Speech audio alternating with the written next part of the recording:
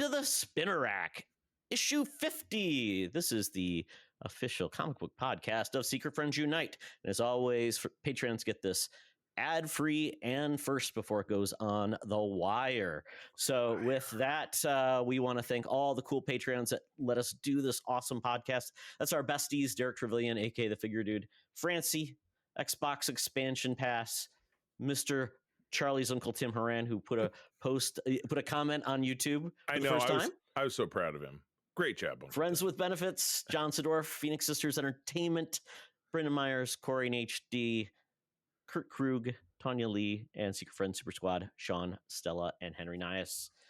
And this week, we are digging into Thunderbolts, getting ourselves ready, and we are covering not the most recent, but a recent run on Thunderbolts. It comes from us in the year of 2023, and it's based on the Worldstrike trade paperback. It collects Thunderbolts number 1 through 4, and Devil's Reign Winter Soldier was a one-shot. So the way we read it on Marvel Unlimited, so you had to find those separately.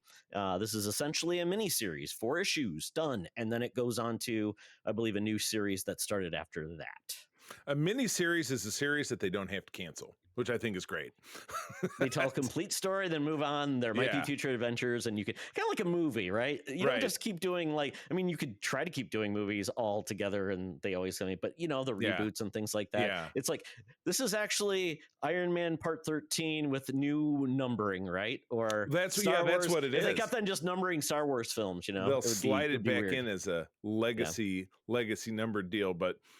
This was nice. So who were the, I don't know if it's listed here, the creatives for this, because it's not right up in front of us. It varies based on the one, but if we looked at the actual trade, that is coming from Collin Kelly and Jackson Lanzing, Geraldo, Borges, and Nico Leone. I believe they're just bringing them all together for the 2 artists and 2 writers who did both the single issue and then the main plot, which Collin Kelly, I'm aware of him, but Jackson Lanzing and the other artists, I had not heard of them before. Yeah, Jackson Lansing is a name that rung a bell, but we're kind of thrown in to, and this works really well for what we're going to be seeing here shortly on the big screen, because we have a lot of the same characters kind of worked in the mix, but also taking into account that they're obviously not the same characters that you see on the big screen, because, Bucky is not, he wasn't Steve's best buddy from back home and all this different stuff. He was, the scrappy little kid at the camp who was the camp mascot or something, I think, at Camp Lehigh, where Cap trained. And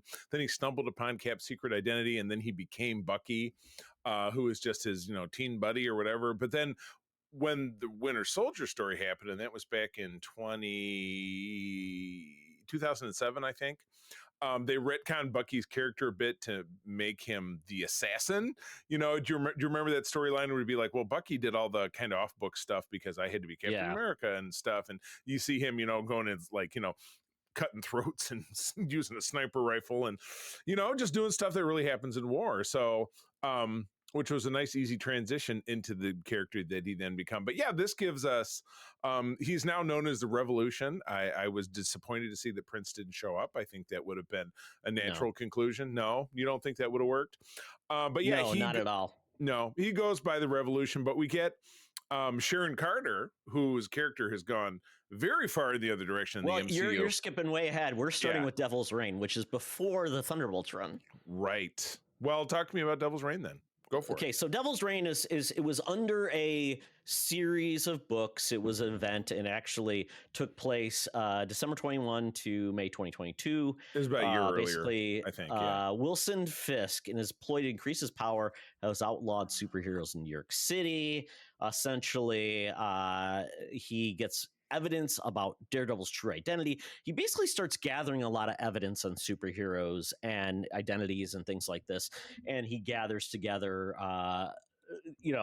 Thunderbolts and other people to take down vigilantes. So that leads us into this book, which was specifically a Devil's Reign imprint within that on the Winter Soldier. And within this, we've basically got the Winter Soldier who finds out that someone has been getting all this information, and he finds out the Kingpin has it. So that is this whole issue is all about Bucky trying to get this information that's been stolen from him, because he essentially says, I don't have half of my memories, but someone does, so I'm going to get them back. And that's where he basically is going into Wilson Fisk's mansion. And when he comes into the mansion, he just the Gracie mansion, he he's discovers the mayor. There's dead bodies everywhere. And you find out, though, that this is kind of like an epilogue to the original Devil Reign, where apparently supernatural elements have happened where Kingpin cannot remember who Daredevil's identity is. And that's part of this whole thing. And so that is bringing in basically, you see him when he's trying to sleep. He's going a little crazy. He sleep murders. He pretty much just sleepwalk murders. Yeah, all his people. And while Bucky is trying to get back the dossier on him, he ends up running into the Kingpin. And in this one, the Kingpin doesn't look fat. He just looks ridiculously ripped. And apparently he can just throw around a super soldier, which just seems weird, Yeah, and it's kind of evocative of, looking at the television portion of it, like the Netflix Daredevil, where or even like Michael Duncan Clark's version of the character going back to like Ben Affleck in 2003 Daredevil, that he's a big dude, and you're like, oh, he looks like he's a big fat guy, but he's all ripped and stuff. Where when you look at having the character reintroduced in the little Hawkeye miniseries, he's now super invulnerable. Like he can get run into by a car and he's fine, or he can get hit by explosives. Yeah, he gets shot in the head. He gets shot in the eye socket and it'll heal without a scar. So yeah, in this he like grabs Bucky, and like the first punch, Bucky, you're getting a lot of Bucky's thought bubbles or thought squares, for lack of a better term. And he's like, oh, that first punch broke my jaw. And Bucky doesn't. I'm trying to remember if the Winter Soldier has true like super soldier powers, or if he's just a guy. He does. Okay. Nope, he does not. Okay. So he's just a guy. He does have those abilities. Okay. Yeah. Because remember, even they talked about like, oh, at least you've got the serum. So, so basically he's got essentially like the Hydra version, kind of like the Red Guardian has the Russian version. Kind of like the knockoff, not the original serum that Cap took. Brand X. Yeah. Love that Joker. Yeah. Dr. Cola. Yeah. Dr. Fago. It's the Fago version for Michiganites of the super soldier version. But yeah, he's slapping him around, and he does manage to eventually find his way out, but then he sets an explosion to get out of the mansion, so he's like, he blows half of the side of the building off and escapes into the night. And then the police are showing up and his flunkies, and they're like, Mr. Fisk, Mayor Fisk, and Fisk just says, oh, I had the most wonderful dream. While he was because he finally was knocked out on his ass and he could sleep, right? Because that was the thing. He's like, I've not slept, and you see he's driving himself insane because he's trying to remember who Daredevil is, but apparently there was a supernatural force that took away is the thing. So, and you even see like when he's trying to sleep, he's got like this red or green, or not green, but like purplish thing around his eyes. So you know that something supernatural is happening to him. So I believe that's part of Devil Reign. It was basically, it was probably Mephisto must have got involved, or some supernatural elements have got involved. So that's kind of like kicking it off, because this is kind of actually is a really cool way to lead us into the Thunderbolts book, which is basically Bucky finds out that actually the Red Skull is still alive and kicking. He's been the one that has been getting all this information, everyone feeding it to different people. And so Bucky's like, it's been 80 years. We got to finally take down the Red Skull. So who does he go visit, Charlie, to get a team together? It's time. And this was fun. He goes to visit Elaine from Seinfeld. No, the Val character who we've come to enjoy in the films, who not too much time goes by that she does reveal that she is not alive. She's an LMD, and they do a lot of really fun stuff with that throughout this series, because she's an LMD that her face will split apart and a big old gun comes out. That's pretty cool. And closer to the end of the story, she gets obliterated, so she's just a head, a la like Futurama, the head in a jar. It was pretty sweet. Yeah. And so they did mention that, so Bucky, she formed like a group called the OXC, and that was to identify threats, gather information, things like that. Bucky's like, well, now that they're not using it, I'd like to use it to get together a team. And so they basically become partners. And we did find out that she was formerly, was it Madame Mask? Like that was identity of her. They mentioned that something like or That Madam Val Hydra. was Madam.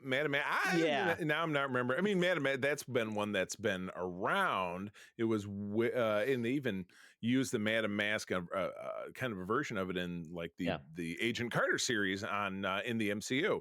Or non-MCU, whatever you want to call it, but it was Whitney Frost, and yeah, she, in that she had the face all crackly, so she ended up becoming a mask, but she was just another flunky. I know I do really, Wilson does come back in the story in one of the issues, and we get a reference to our favorite Marvel knockoff of something in the real world, the Mob, but it's the Magia. And the Hellfire Club, which I never really, I know the Hellfire Club's become such a big thing in the X-Men and stuff, and it just kind of seems like, isn't it kind of like a fancy country club or like the bar with no name, that's where all the villains go to be safe? The Hellfire Club has been around since the beginning of America. And it was basically inherited from Europe when the people came in. They basically formed it, and it has taken many forms over the centuries, including wealthy people. Then the mutants, basically elite, took it over, and then it's basically handed off, and many different people have utilized that moniker and basically held the Hellfire Club. It's like the Masons if the Masons were a little bit more evil, as far as we know.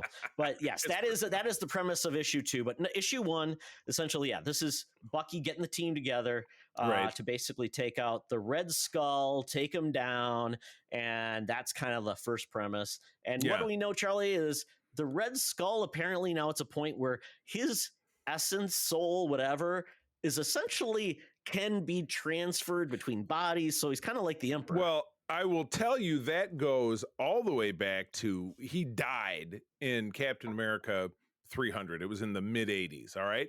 And in that, Zola put him into a clone body that was Steve Rogers, and that was the guy that orchestrated everything in the whole Cap losing his identity, had to giving up Captain America and that whole arc, and John Walker becoming Captain America and manipulating all that. And so the final showdown, it was Cap 350, where Steve Rogers faced down with John Walker with the Red Skull, and then the Red Skull was injured in that, and his face turned into a skull.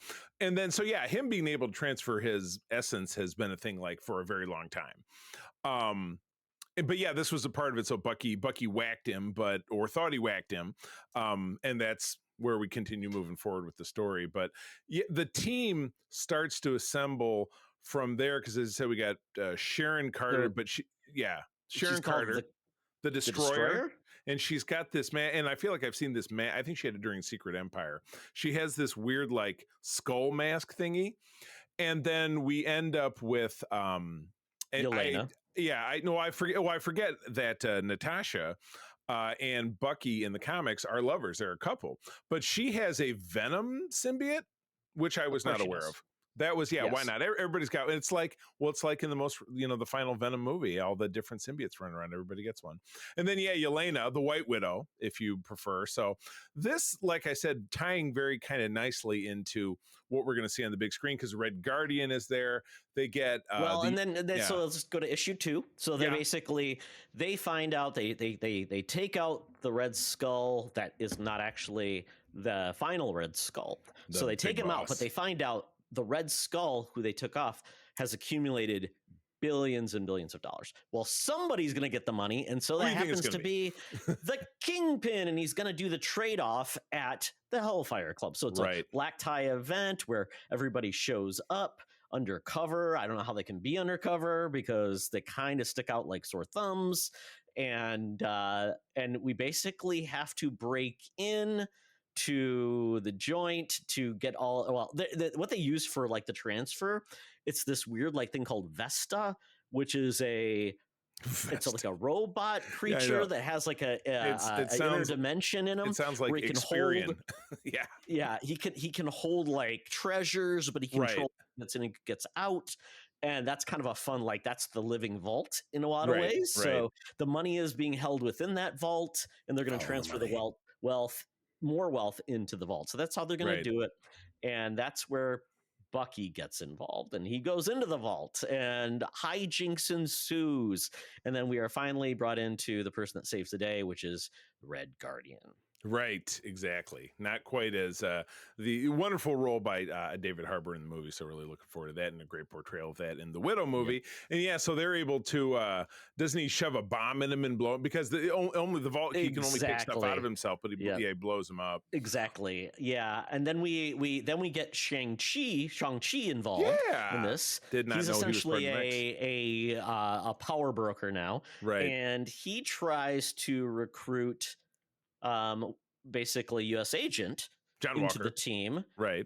And that doesn't go too well. But in the meantime, I did not know about this character. That's blew my American mind. Kaiju.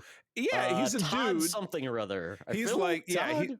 he's like just a, he's a low-ranking army enlisted man, corporal such and so. Yeah, and his power is that he turns into Godzilla, basically. Like he's a guy, and you make him. It's like the Hulk. He gets angry, and then he shoots up to Godzilla size. But he also has I'm assuming a tattoo of some type, of like the American flag from his neck down to his midsection. It's a birthmark, right? Exactly.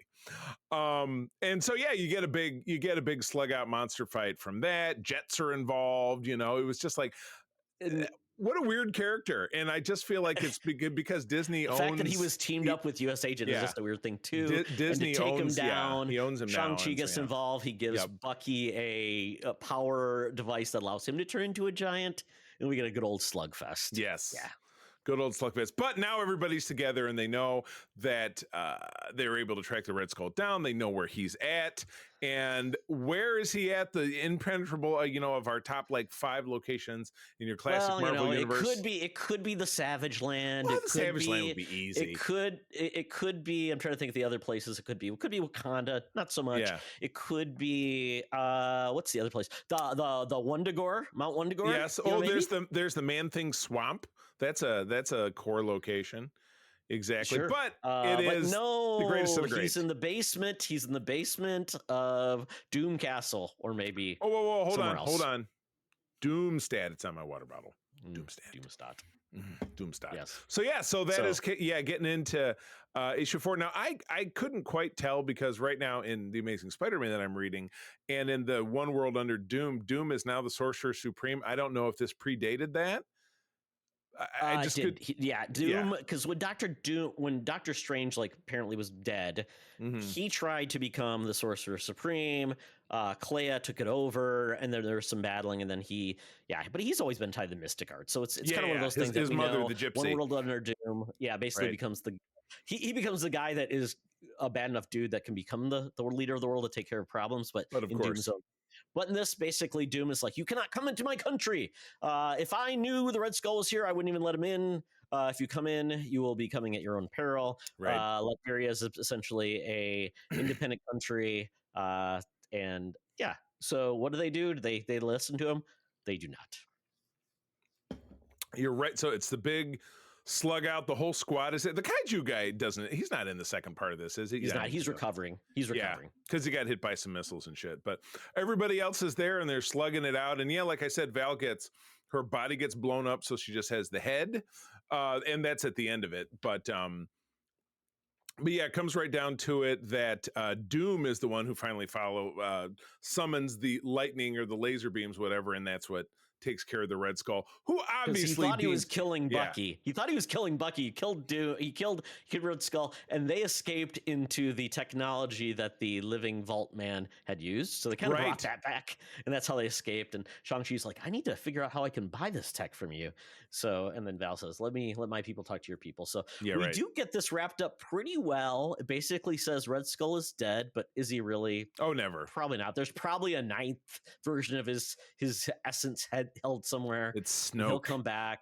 Yep. Right. But yeah, that's part of the Red Skull that goes back. But I enjoy this. It's nice to have something that is just a mini series and a short one, and it's just telling a story, and it sets something up for the next thing on down the line. So maybe that's the benefit of rebooting stuff all the time, is that you can be like, all right, read the 2024 series. It was 4 issues, and then you got a little story there, something concise. So as opposed to having something feel so inaccessible, because let's say this was the Thunderbolts and it had been running since 1997, so that's almost 30 years, and it would be on issue 300, and someone would be like, oh god, where do I start?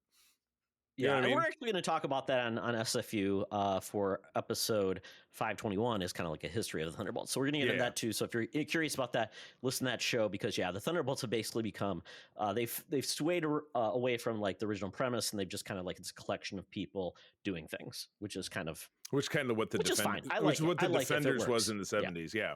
Yeah, So yeah, exactly. it was just the champions. Yeah, it's just people doing stuff. But yeah, you can, as we said, you can pick this up on Marvel Unlimited. You can read it on Marvel Unlimited. I'm sure there is a trade that you could snag off of Comixology Unlimited /Kindle. But visit your local comic shop. We always like to say, be very surprised if you couldn't track down a trade with these 4 issues, or even potentially the single issues, because they're a couple of years old. They might even be in the back bin, and they might be cheap. You never know. But it's a fun story worth picking up. So yeah, but that's about it. Todd, any final thoughts? No, I thought that worked really well. I thought the story wrapped up where it needed to be, and I'm excited for more Thunderbolts. I like it. One final thing that I did love, there was all of the self-editing in this when they were saying the swears. Yes. They had little black lines. Yes, that was good. Redacted. All swears were redacted. Very redacted. Right. All right. Well, good. Well, with that, we bid you adieu. So until next time, keep them spinning. Keep on reading. This podcast is part of the Secret Friends Unite podcasting network, available on Apple Podcasts, Spotify, and podcast services around the galaxy, as well as video on our YouTube channel. You can support Secret Friends Unite by becoming a Patreon member, get bonus programs and more over at patreon.com/secretfriendsunite. Join our Discord community for even more discussions on all things geek. For all the latest updates on Secret Friends Unite, make sure to follow us on Threads at secret.friends.unite and visit secretfriendsunite.com. Find our merchandise at TeePublic and Redbubble. Thanks for listening, and may the Force live long and prosper.